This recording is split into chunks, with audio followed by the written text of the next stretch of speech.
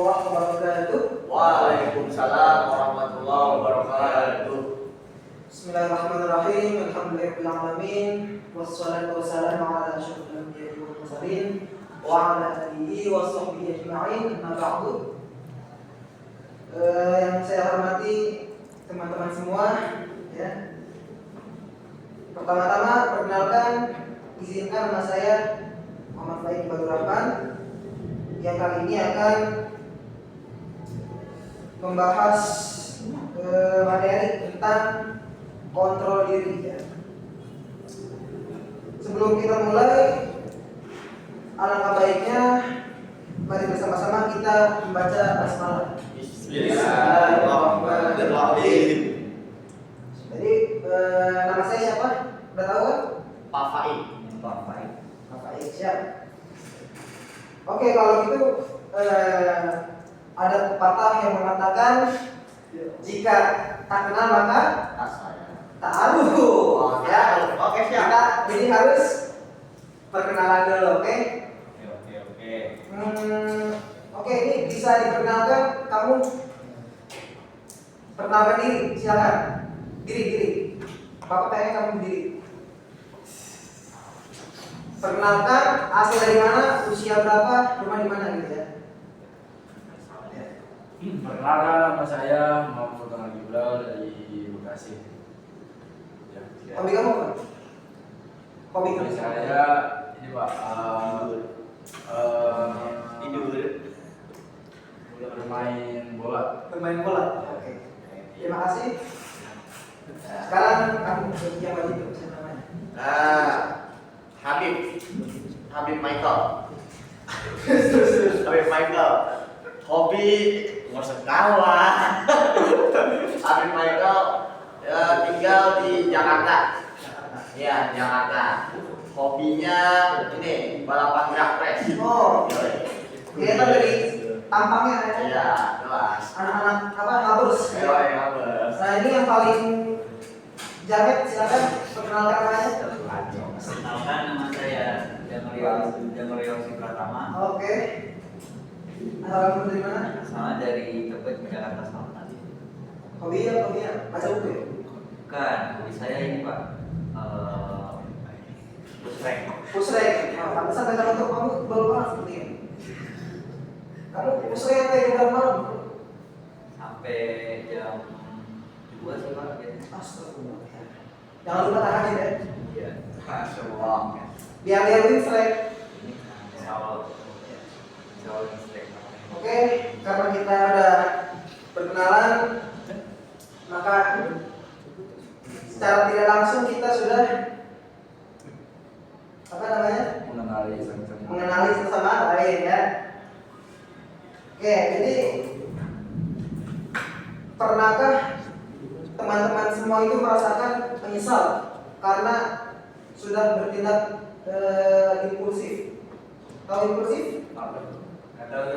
Tahu nggak impulsif Pak? Baru dengar. Impulsif adalah tindakan secara spontan. Ya. Maksudnya spontan apa? Spontan itu dia nggak mikir berpanjangan. Dia main seenaknya aja bertindak. langsung gitu ya Pak. Ya betul. Ya, spontan dulu. Nah, maka dari itu kita hari ini membahas atau mengupas lagi topik dari materi kontrol diri ya. Jadi kontrol diri itu adalah kemampuan menahan dorongan atau emosi dan tindakan yang tidak sesuai dengan nilai atau tujuan jangka panjang. Ya, jadi di mana-mana teman-teman itu harus bisa menahan emosi, baik itu dalam keadaan tenang maupun dalam keadaan tertekan. Ya. Tujuannya contoh dalam perilaku sehari-hari. Yang pertama ada menahan diri dari balas dendam saat emosi. Misal teman-teman dikerjain atau dijailin dengan teman kalian ya, terus kalian terima, kalian harus tuh di chat marah-marah, toksik lah ya, kalau ibaratnya sekarang toksik. Batu tuh ya Pak. Ya, wah kamu kurang ajar, maksud kamu apa? Saya mau terima. Nah, itu salah satu yang tidak bisa menahan emosi ya. Nah, terus yang kedua ada tidak membuka media sosial saat belajar. Nah, ini yang kedua itu menahan diri, maksudnya kita itu tidak menurunkan hawa nafsu kita, ego kita. Jadi kita ketika waktunya belajar ya belajar, ketika waktunya istirahat bolehlah kita scroll media sosial. Jadi lebih menempatkan sesuatu pada tempatnya ya. Lalu yang ketiga, hubungan dengan kesuksesan dan kebahagiaan jangka panjang. Ya. Jadi kontrol diri itu bisa menunjang seseorang dengan kesuksesannya, kebahagiaan dan jangka panjang. Maksudnya jika teman-teman sudah bisa mengontrol diri, ya, mengontrol emosi sejak dini sekarang, sejak dini, gitu kan, nanti insya Allah teman-teman bisa lebih bisa apalagi merasakan hasil dari buah dari hasil kontrol diri teman-teman tersebut. Ya. Entah itu kesuksesan lah, entah itu karir yang mentereng, entah itu penghasilan yang ini. Nah, kita tidak tahu, yang penting intinya adalah kalau teman-teman dari saat ini sudah bisa menahan emosi, menahan diri, itu nanti bakal berbuah hasil di kemudian hari gitu ya. Lalu gimana? Oh, pengen orang ini, silakan. Lalu yang kedua, ya ada mengapa kontrol diri itu penting? Ada tahu kenapa sebenarnya? Jadi yang pertama itu dari studi Stanford, anak-anak yang mampu menunda kesenangan lebih sukses di masa dewasa. Nah, yang sudah saya bilang tadi. Jadi anak-anak nih yang lebih condong, lebih bisa mengendalikan emosi, mengendalikan diri, ya, itu dia lebih cenderung sukses nanti di masa dewasanya. Timbang anak-anak yang sering memperturutkan hawa nafsunya, ya, egonya, nah itu dia mungkin di masa dewasanya mungkin nanti dia tidak akan sukses. Sulit. Nah, betul, sulit ya. Lalu yang kedua ada manfaat kontrol diri. Ya, manfaat kontrol diri yang pertama dari segi keuangan bisa lebih sehat. Ya, jadi teman-teman yang misalkan tidak punya kontrol dalam mengelola duit, ya, misalkan teman-teman dikasih duit seminggu dikatakan 50.000 oleh orang tua. Kalau teman-teman nggak bisa kontrol diri, seminggu bisa habis lebih, ya, lebih dari 50.000. Sehari mungkin ya 20.000 gitu kan. Jadi seminggu itu nggak tercukupi. Nah, yang harusnya seminggu itu 50.000 kan seminggu ada 7 hari ya, 7 hari. Nah itu karena teman-teman boros, jadi seminggu itu bisa lebih dari 50.000. Lalu yang kedua, manfaat dari kontrol diri itu hubungan lebih harmonis. Nah, hubungan lebih harmonis ini bisa kita lihat mulai dari hubungan antara orang tua, hubungan antara teman, ya. Kenapa bisa dikatakan lebih harmonis? Bahkan hubungan antara pasangan. Ya, kalau kita, semisal teman-teman mudah emosi, ya dikit-dikit baperan, nah itu bad mood, nah itu bisa hubungan itu bisa dikatakan tidak menjadi harmonis. Karena bisa dikatakan teman-teman itu gampang baper, dibercandain dikit, baper, gitu kan. Jadi ya hubungan Anda atau teman-teman dengan kerabat, saudara, keluarga, dan bahkan itu pacar sekalipun, itu tidak bakal harmonis, alias terus bergesekan ya. Jadi nggak tentram dia. Lalu selanjutnya ada emosi lebih stabil. Nah, kenapa bisa dikatakan kontrol diri bisa membuat emosi lebih stabil? Karena kita dalam mengontrol diri itu bisa mengambil hikmah, ya, hikmah di balik semua yang Allah puji atau Allah bebankan untuk kita. Jadi kita lebih bisa mengambil hikmah, jadi sehingga kita bisa lebih emosinya lebih stabil. Lalu yang terakhir, manfaat dari kontrol diri adalah lebih produktif dalam pekerjaan atau belajar. Nah, itu yang saya bilang tadi. Kita itu harus profesional, ya, harus bisa menempatkan sesuatu pada tempatnya. Kalau lagi saatnya bekerja, ya kita harus fokus bekerja. Kalau lagi belajar, fokus belajar. Jangan kita lagi bekerja, ya, seumpama ada ayah kita gitu lagi nelpon atau lagi belajar, nah, itu kita fokus chat, padahal saya sendiri lagi menerangi, ya. Teman-teman ada yang fokus sendiri gitu, membuat apa sendiri, membuat tahapan sendiri. Nah, itu tidak boleh seperti itu, ya. Itu namanya teman-teman tidak bisa mengontrol diri. Dan dampak buruk dari kurangnya kontrol diri, nah, itu ada penyesalan, konflik, stres dan berlebihan. Nah, kenapa bisa timbul seperti itu? Nah, karena kalau kita kontrol diri kita kurang, itu emang awalnya kita menggebu-gebu, ya. Menggebu-gebu maksudnya kita itu di awal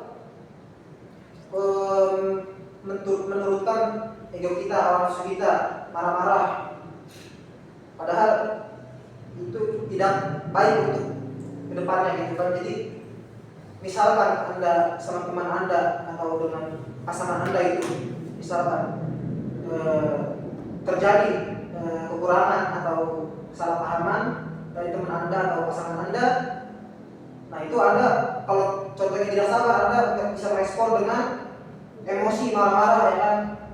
Nah, ntar misalkan dampaknya bisa merusak hubungan pertemanan maupun merusak hubungan percintaan, entah itu teman Anda bakal ditinggal, atau kalau dalam percintaan Anda bisa diputusin sama cewek Anda, ya. Nah, itu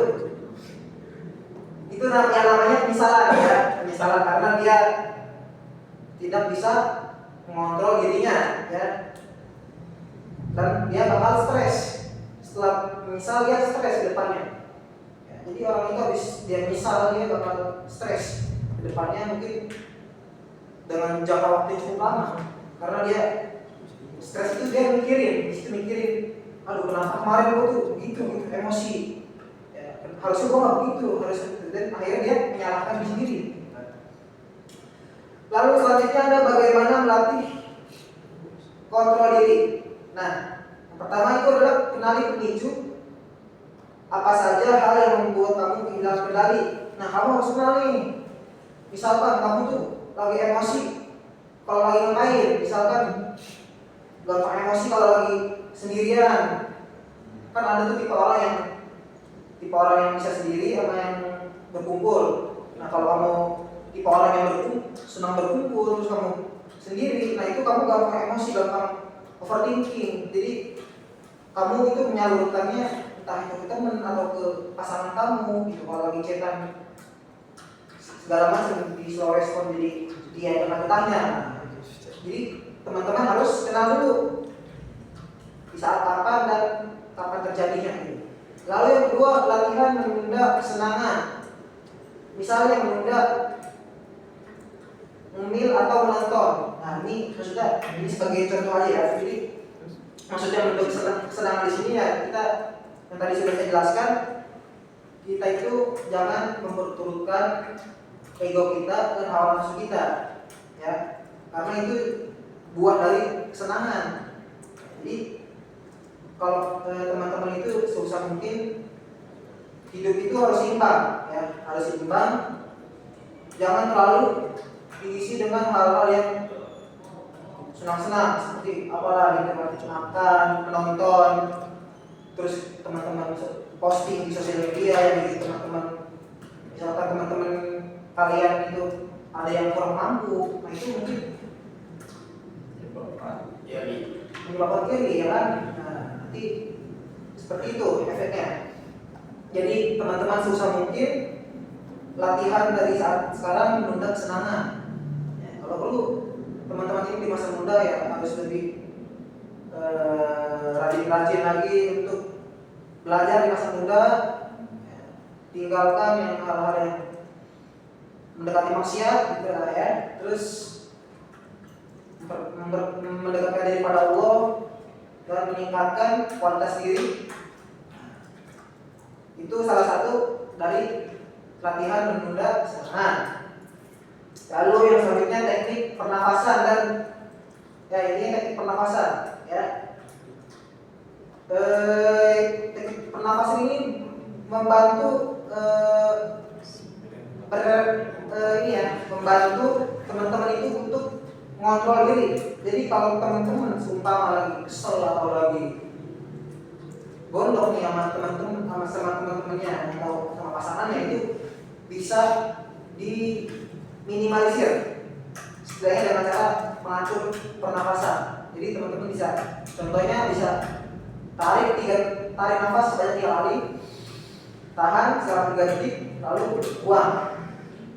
Coba teman-teman sekarang praktekin ya, 3 kali coba tarik nafas, 1, 2, 3, tarik, tahan 3 detik, tuh keluarin, tarik lagi pakai hidung, tahan 3 detik, keluarin. Sekali lagi, tarik pakai hidung, tahan 3 detik, keluarin pakai mulut. Nah, gimana perasaan teman-teman sekarang? Biasa. Ya, justru ya mungkin karena biasa aja karena teman-teman lagi relax, jadi nggak merasa refleksnya. Tapi ini buat kedepannya ya, buat nanti semisal nanti teman-teman lagi dalam keadaan tertekan dalam hal apapun, dalam hal misalkan percintaan, diputusin teman atau banyak tugas segala macem ya dari dosen, nah itu teman-teman mungkin di sela-sela itu bisa merealisasikan teknik pernapasan untuk bisa agar bisa mengontrol diri. Ya, selanjutnya adalah tetapkan tujuan jangka panjang. Lalu selanjutnya gunakan self talk positif atau latihan berpikir rasional. Ya, jadi kita itu harus berpikir menggunakan akal dan logika kita ya. Boleh dengan boleh dengan emosi kita boleh, tapi maksudnya boleh teman-teman itu menggunakan perasaan boleh, tapi hal-hal baiknya harus diiringi atau diseimbangi dengan akal dan logika ya. Karena kalau kita hidup dengan landasan perasaan itu bakal yang namanya perasaan bakal sulit emosi terus kalau nggak diimbangi dengan logika ya kan. Misalkan logika kita berpikir nih, misal pacar kita tiba-tiba kayak ngeblok kita ya, terus kita main emosi aja tuh, kita emosi. Nah itu kan kalau kita main perasaan kita bakal tersulut dalam emosi terus tuh. Tapi kalau kita menggunakan logika, kita bisa mikir lagi, ini kenapa nih kira-kira, bisa introspeksi, bisa evaluasi diri. Ini kira-kira kenapa dia bisa sampai ngeblokir gua, mengunfollow IG gua. Oh ternyata kemarin gua tuh udah melakukan kesalahan begini ke dia, sudah melakukan pelanggaran. Jadi teman-teman bisa tidak lebih meluap-luap lagi gitu ya, bisa menahan emosi lagi. Nah, selanjutnya adalah tantangan dalam kontrol diri. Ya, kita semua pernah gagal dalam mengontrol diri, termasuk saya sendiri. Ya, saya juga sudah banyak mengalami kegagalan dalam mengontrol diri saya sampai saat ini. Salah satunya ya saya, ya teman-teman tahu lah ya, apa namanya? Ya di zaman muda begini kan kita kan namanya suka lawan jenis gitu ya. Lagi PDKT terus tiba-tiba orang tuanya itu nggak ngerestuin. Nah itulah seperti itu. Jadi ya bisa dibilang patah hati gitu ya. Lalu selanjutnya kegagalan bukan akhir tapi bagian dari proses. Jadi misalkan teman-teman itu merasa ini tuh sudah gagal, nah itu jangan berpikir seperti itu ya. misalkan teman-teman itu diterpa dengan masalah, itu jangan langsung berpikiran ini dari saya udah nyerah aja lah, kayaknya saya udah sebaran saya udah habis, padahal saya udah menyerah aja. Nah itu adalah mindset yang salah.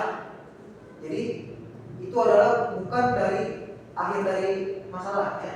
Jadi masih ada proses yang panjang ya. Jadi di balik masalah itu teman-teman harus berpikir atau bisa mengambil makna ya, makna dari masalah tersebut ya. Hikmah lah, bisa dikenal dengan hikmah. Lalu yang ketiga, evaluasi ya, bukan hanya menyalahkan diri ya, lanjut dengan tekad yang baru. Jadi teman-teman itu kalau lagi tantangan dalam mengontrol diri itu, kita harus mengevaluasi yang saya sudah bilang tadi, apa kesalahan kita, dan kita menyadari itu kesalahan kita, dan kita tidak menyalahkan diri sendiri ya. Tantangan dalam mengontrol diri itu seperti itu, kita harus menyadari kesalahan kita sendiri yang tadi saya bilang ya, evaluasi ya, bukan menyalahkan lawan bicara kita atau teman-teman kita dan sebagainya. Karena kalau kita terus menyalahkan keadaan ya, kita bakal tersulut emosi. Jadi kita buat mengendalikan atau mengontrol emosi, kita harus sadar diri ya, evaluasi, tapi tidak menyalahkan diri sendiri gitu ya. Lalu pada intinya, intisari dari materi ini adalah kontrol diri itu bukan tentang mengekang kebebasan, akan tetapi mengarahkan hidupmu ke arah yang lebih kamu inginkan. Jadi kontrol diri itu bukan sekedar mengekang ya, tapi bagaimana caranya kalian itu bisa berlatih untuk disiplin lagi, untuk menjadi versi diri yang terbaik lagi. Ingat, umat Islam itu Allah pernah bersabda, Allah pernah bilang umat Islam itu di dunia ini, dia itu buatnya, bagi umat Islam itu di dunia ini adalah ujian ya, bukan untuk bersenang-senang atau berleha-leha ya. Pernah dengar teman-teman kutipan seperti itu? Nah, jadi di akhirat itu baru umat Islam itu, kalau di dunianya dia berjuang, tidak berleha-leha, bisa menahan emosi dan sebagainya, itu insya Allah akan mendapatkan ganjaran yang berlipat. Tapi kalau umat lain umat Islam seperti umat Kristen, itu emang Allah sengaja di dunia itu untuk dienakin terus, dikasih keenakan terus ya. Padahal di akhirat belum tentu dia enak atau belum tentu diterima atau masuk surga. Nah, itu namanya yang dinamakan istidraj ya, istidraj. Jadi kita harus bersyukur nih, cara pandang kita, mindset kita harus kita ubah. Kita ini sebagai umat Islam wajar kita harus bersyukur karena dibalik semua ujian, perjuangan ya, itu kita itu nggak bakal sia-sia, karena di akhir kita akan mendapat ganjarannya atau balasannya. Kalau kita bisa mengontrol diri ya, menahan ego, mengontrol diri. Tapi kalau kita seumpama kita di dunia itu berleha-leha, dikasih kekayaan, dikasih jabatan, pangkat dan segala macam, kita gunakan untuk berfoya-foya, untuk kesenangan semata, tidak ada unsur perjuangannya dan mengontrol diri dalam hal keuangan maupun segalanya, itu yang harus kita pertanyakan. Ini sebenarnya nikmat buat kita atau nikmat istidraj ya? Seperti itu. Saya punya sedikit quotes. Orang kuat bukan yang menang dalam pertempuran, tapi yang mampu menahan dirinya saat marah. Itu dari hadis riwayat Bukhari dan Muslim. Pada intinya kita harus menjadikan dunia ini menjadi tempat persinggahan saja, karena semuanya itu adalah milik Allah ya. Jadi kita itu juga termasuk milik Allah teman-teman ya. Jadi jangan kita terhanyutkan oleh dunia ini, kayak harta, jabatan, dan segala macam. Itu bakal kembali lagi pada Allah. Dan nanti ketika kita sudah mati, itu tidak lagi berapi, ya. Jadi kenikmatan yang sesungguhnya itu adalah kenikmatan di akhirat, ya, bukan di dunia. Kita harus punya prinsip seperti itu. Jadi intinya kalau kita mau berhasil dalam mengontrol diri, penguasaan diri, itu kita harus lebih dekat lagi atau kembali pada Allah Subhanahu wa Ta'ala. Baik, demikian materi yang bisa dapat Bapak sampaikan. Apabila ada kesalahan, mohon maafkan. Wassalamualaikum warahmatullahi wabarakatuh. Waalaikumsalam warahmatullahi wabarakatuh. Banyak pertanyaan ya?